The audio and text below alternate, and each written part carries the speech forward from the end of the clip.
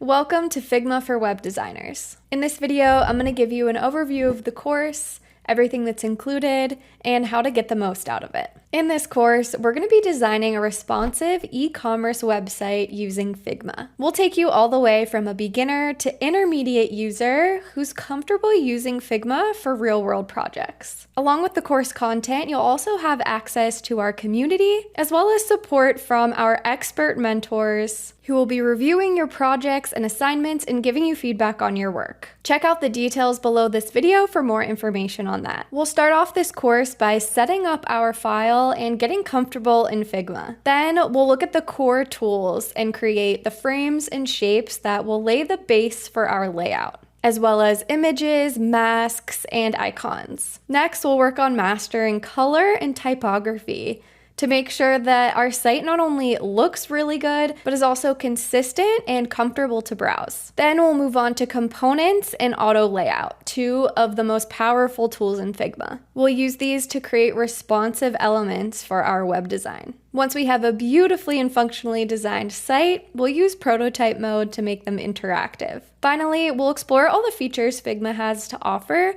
to make it great for collaboration, such as commenting and feedback, handing off to developers, and exporting assets. We'll wrap up by talking about a few advanced techniques that might be helpful as you continue your journey in Figma. These include design systems, mobile designs, and helpful plugins. We've provided a folder of assets including images and icons so that you can design right along with me, but feel free to get creative and use other assets if you'd like. We're going to take things step by step, so don't let this overwhelm you. Figma is actually really user-friendly, so if you stick with me, you'll be comfortable in no time. I hope you're as excited as I am to dive right in.